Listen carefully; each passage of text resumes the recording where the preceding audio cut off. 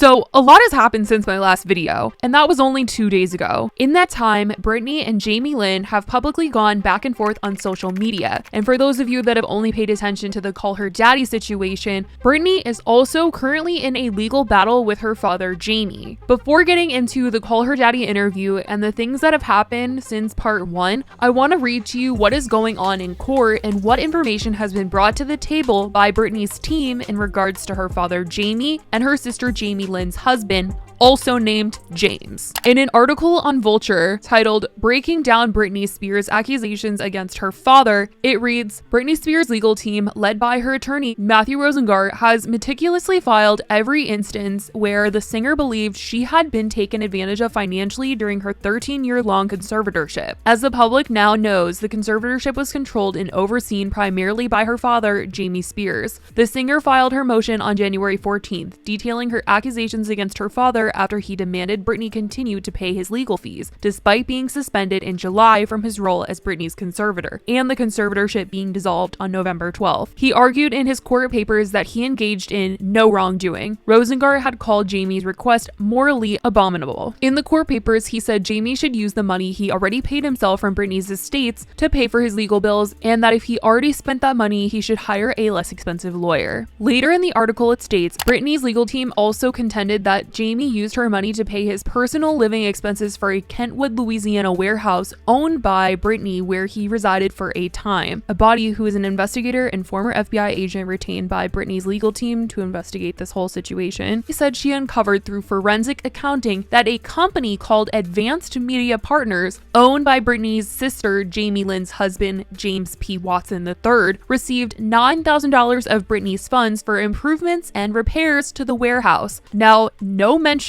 of any benefiting off of Britney's conservatorship was made by Jamie Lynn on Call Her Daddy, but I will tell you everything that went down after part 1. I just wanted to read that to you guys because obviously through this interview, Jamie doesn't say anything about how her or her family or her husband could have potentially got any money from Britney being in a conservatorship. So before breaking down anything that she did say, I wanted you to know that information. Now, after the Call Her Daddy part 1 was released, Jamie Lynn was sent a cease and desist by Britney and warned not to talk about her and use her name to promote her book. The letter from the lawyer was posted online and read, Jamie Lynn Spears, cease and desist letter. Things I should have said. Dear Miss Spears, as you know, I represent your sister Britney Spears, and I write at her request concerning the above referenced matter. We write with some hesitation because the last thing Britney wants is to bring more attention to your ill-timed book and its misleading or outrageous claims about her. Although Britney has not read and does not intend to read your book, she and millions of her fans were shocked to see how you have exploited her for a monetary gain. She will not tolerate it, nor should she. You of all people know the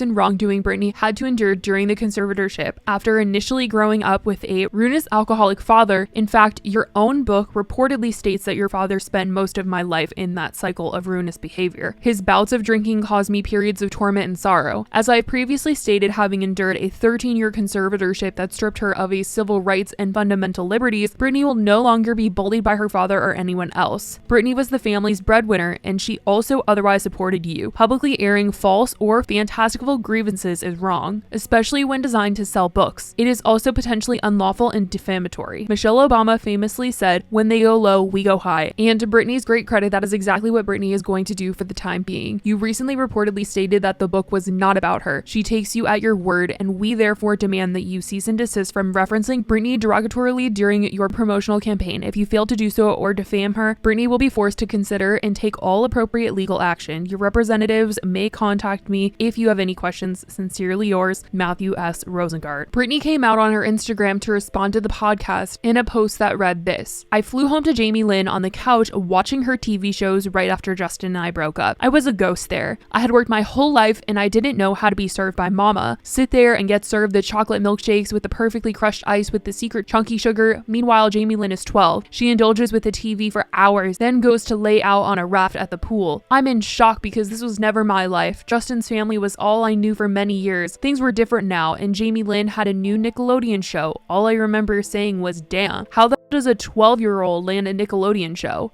Well, I never got my iced chocolate drink. I mean, yeah, I'm grown up, right? But then maybe I might need a little support. It was a People magazine cover. The People show up, and as Jamie Lynn says, I was scared. My mom was on pain medication and could barely hold a conversation in the house because her and my dad split, and she was more messed up than anything. I remember her sitting on the floor in a conversation, and she never got up. And I'm sorry, Jamie Lynn, I wasn't strong enough to do what should have been done. Slapped you and mama right across your effing faces.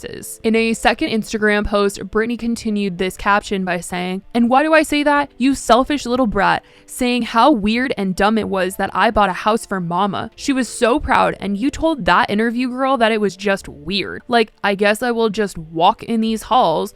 Why did you say that? And why watching your at-length interview, really 2 hours or more, and the topic about the knife, which is ironically the only lie you've ever told in your whole life, why is that conversation 20 minutes and the most degrading to me? Oh, but you don't want to keep talking about it because you don't want to hurt anybody's feelings? Yet you let it linger forever, saying you felt unsafe with me and weird. F you, Jamie Lynn. My mouth was on the floor the way you talked back to mama when I came home. Shocked out of my mind. You were hateful to her, and I know mama had been lazy with me, but I'm sorry, you deserved way more than a purse knocked at you by mama. She should have whipped your poor mama, took it too, just like I did in the end. She worshipped you too much, I know, but if you came out of my stomach, I would have popped the out of your little. When I came home and you and your little friends all thought I wasn't cool, you felt bad for me in the breakup. No, you didn't. You and your friends all dyed your hair like Christina Aguilera, and you no longer would play with me anymore. I never shut you out ever. I get it. You were 12, but you were hateful to mama, being cool with your stupid dark hair. You can paint it however you like, but dear child, you shut me out when I needed you the most. Writing in your book saying I wasn't like your mom anymore? No, you hurt me. After this was posted and the cease and desist was issued, speculation grew as to whether or not the second part of the podcast would be released. And of course, the night it was supposed to drop, Alex was having issues with the episode. So someone from Spotify is on the way to my house currently to pick up this SD card so that they can upload the episode. It's also been circulating around the internet that Alex Cooper is tied to Lou Taylor, who is Britney Spears' former manager, and that's how this interview came to be. You may be wondering, why call her daddy? Why is Judas Lynn interviewing with Alexandra Cooper? Well, I have a little bit of insight for you. First things first, Alexandra Cooper is not a supporter of the Free Britney movement, has never once tweeted about it. And two, she is followed by none other than Lucifer Taylor.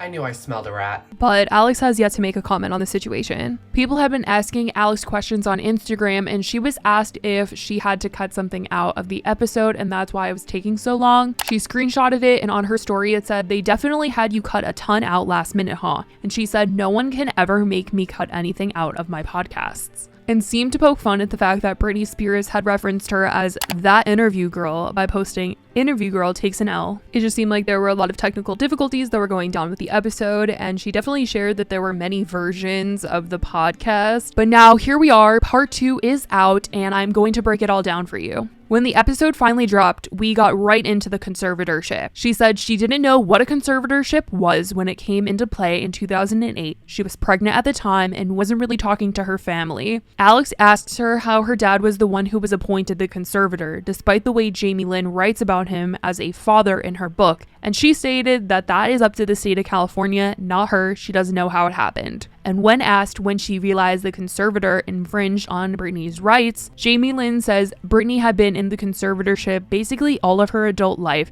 and she truly knew no different than Britney ever being in the conservatorship. The whole thing was kind of normal to her. She said that Britney did come to her and said that she didn't like the way things were, so she did give her contacts to judges and personally talked to Britney's lawyer. She said specifically there was one time where Britney and Jamie Lynn went to Hawaii together with their kids, and the only people that went with them was Britney's security and her assistant. And the trip looks to have taken place in 2016. And Jamie Lynn says on this trip, they stayed up late at night and they would talk to each other, and this is when Britney really told her all the things that were going on, and she didn't like the conservatorship. Jamie Lynn says that after this, she talked to Britney's lawyers lawyers, but the conversations that she had with them went nowhere. Jamie says that she knew some judges and decided to have things looked at and told Britney all that she had to do was go live out of state for 6 months and the conservatorship would be absolved. That was her impression of the situation. That's what she's saying on Call Her Daddy, that was her assumption, that if Britney wanted out so bad, she could just go out of state for 6 months and it would just go away. Jamie said she told her sister, come live with me in Louisiana, but she didn't know why Britney didn't want to take that option. And Jamie said she put herself on the line to help Britney, but doesn't know why Britney doesn't want to clarify that to anybody publicly. She said she never came out and said, oh hey, I did try to help Britney, because she didn't think that she was going to get roped into the hatefulness of this all, saying, I know I tried to help her, she knows I tried to help her, why would I think that people wouldn't think that I helped her? In response to Jamie Lynn saying all of this, a lot of people have said, well, Britney literally was under constant watch and her phone was monitored. How could she just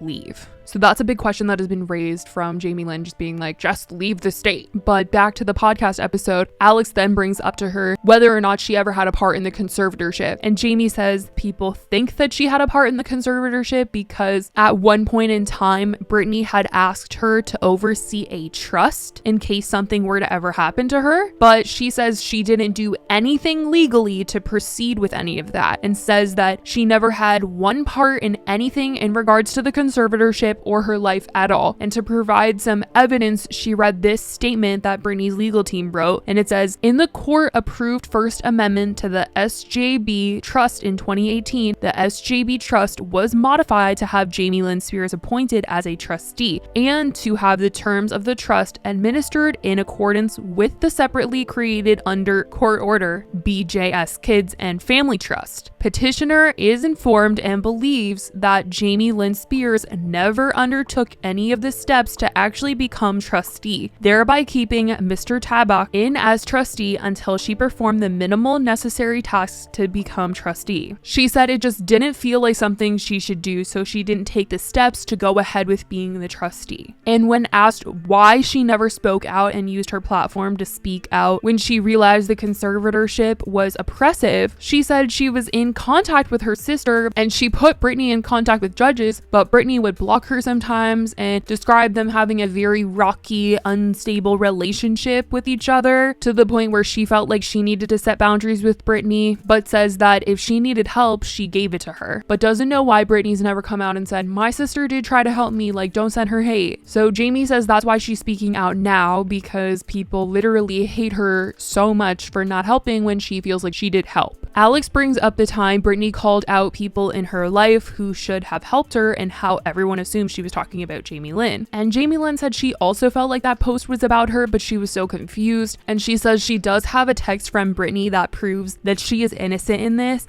and has actually helped her. So she goes to read it, and it's just Britney saying, I know it's not your fault, and I'm sorry for being so angry at you. Although I'm your big sister, I need you more than you need me, and I always have. She said she doesn't understand how this could be said 1 minute, but she's getting attacked on social media the next. Now, when she read this, because this line is also in her book, people are kind of just like, well, that doesn't really prove that you did all you could to help Britney. It's really not saying much. So she feels like that text clears her name, but everybody else is like, it does not. Now, at this point in time in the episode, we do a time jump to January 18th, 1 week after they sat down for the first interview. Jamie Lynn sits down with Alex again for a follow-up interview, and they are doing the interview over video chat. Jamie said that she tried to speak to Britney, asked her to call her, sent her messages, but she's been blocked for a while now, so all the stuff that's been going down has been public on social media. Alex then brings up the conservatorship once again and says that a lot of people have been responding to the situation, saying things like Jamie Lynn didn't do enough, and Alex says the story that Jamie told on the podcast is just way too vague about the steps that she took to try and free Britney, because she keeps saying, I gave her this information, I gave her that information, I talked to her lawyer, but never says what. And she also never gave dates for anything. And so Alex wanted to give her another opportunity to clarify more details about how she tried to help her and why her attempts failed and how come Britney stayed in her conservatorship even after Jamie Lynn tried to help her. Jamie then basically says exactly what she said in the first first interview just with a few different words. She says after the Hawaii trip, she then did some digging, called some lawyers, gave her information to tell her lawyers that would help her, and she said that she put her in connection with people that could help her. She never said what the secret information that she gave Britney was that would help her in her case or anything like that. None of that. She said she felt like Britney's lawyers were shady and not acting in her best interest. And Alex says that she already sees people saying, oh, Jamie Lynn is lying. She never told this to Britney. So she asked for proof. And Jamie Lynn says that she has this one text message in particular that she sent to Britney and Britney's boyfriend that tells Britney, hey, I think your team is shady. Let me help you. I have information. This text message was sent in November of 2020, 12 years into the conservatorship. The text message read, please read important info that you should know because it seems concerning to me. 1. Mom and her lawyers have been in constant contact with Sam Ingram about everything and first found that strange since you and Mom are not even speaking. I did not understand why Mom would be involving herself or inserting her opinion in your lawyer, especially if you did not ask her to. I quickly realized Mom's focus has been on Dad and her personal attack on him instead of you and what you need.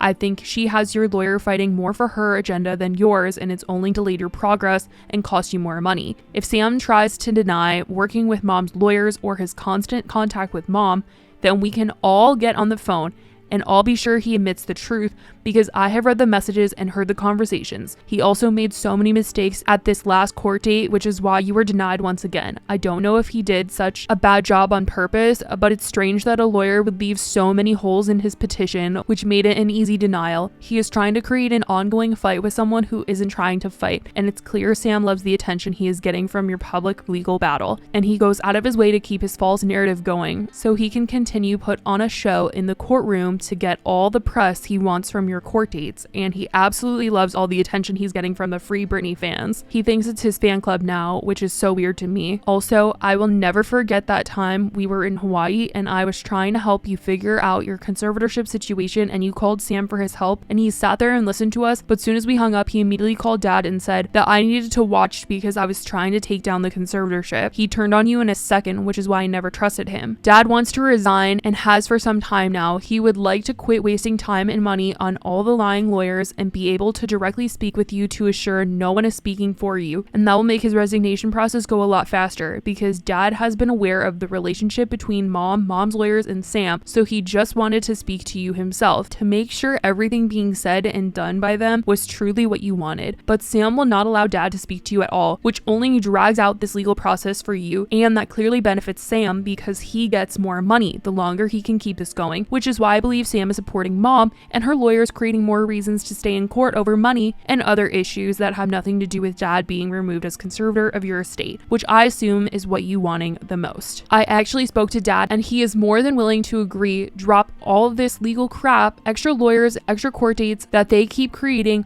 only for you to keep getting denied and letting you down each time. If you're willing to speak with him and start the actual legal process of getting what you want, then Dad is on board with that as well. I have nothing to gain or lose in this situation no matter what happens with the conservatorship, but I am sick of seeing this whole thing just keep going in circles. So I figured I should see what I could do to help. I'm upset that it's led to me not speaking to Mom, but I think it's the right thing to do for now so that you know everything and aren't constantly being fed BS. I have no reason to send this to you other than I love you and I'm trying to be helpful. I'm here if you need anything. Love you. Another message was also included and read later that said, I have really been digging to figure out how to help you and I looked into the details of whatever treatment place they put you in that I never knew about. I was able to find out that Sam Ingram, your lawyer, was the one who looked into it and I believe even toured it and said it was the best place for you to go. I don't know if you knew that, but I was very surprised by the information. I'm gonna keep trying to contact you and help you even if you never respond. I have proof of this as well so you can have all the information you need. And she says she didn't hear from Britney until later December and the text was about thanking her for a gift, so she feels like she was blocked by Britney at the time and Britney never saw those messages, to which a lot of people online have been saying that Britney's phone was constantly monitored and she probably never got to see those messages because of the monitoring. People didn't allow her to see those messages. The interview basically ends with her saying that she's coming out and speaking out publicly right now to defend herself because Britney won't do it, so if that means that she has to share private messages, so be it. And a lot of people, you guys, are left wondering why these texts are dated from 2020. What was done and said earlier in the conservatorship, because they went on that trip in 2016, a lot of questions are still left unanswered. Some people are wondering why Jamie Lynn says that whenever her sister asked her to help her, she always did. She always tried her best to help her sister. But when her sister asked her to take over her trustee, she said no. There's a lot of questions still unanswered and a lot of questions that people are wondering why Alex didn't ask her. Jamie Lynn's lawyers have also publicly responded to Britney's cease and desist as well.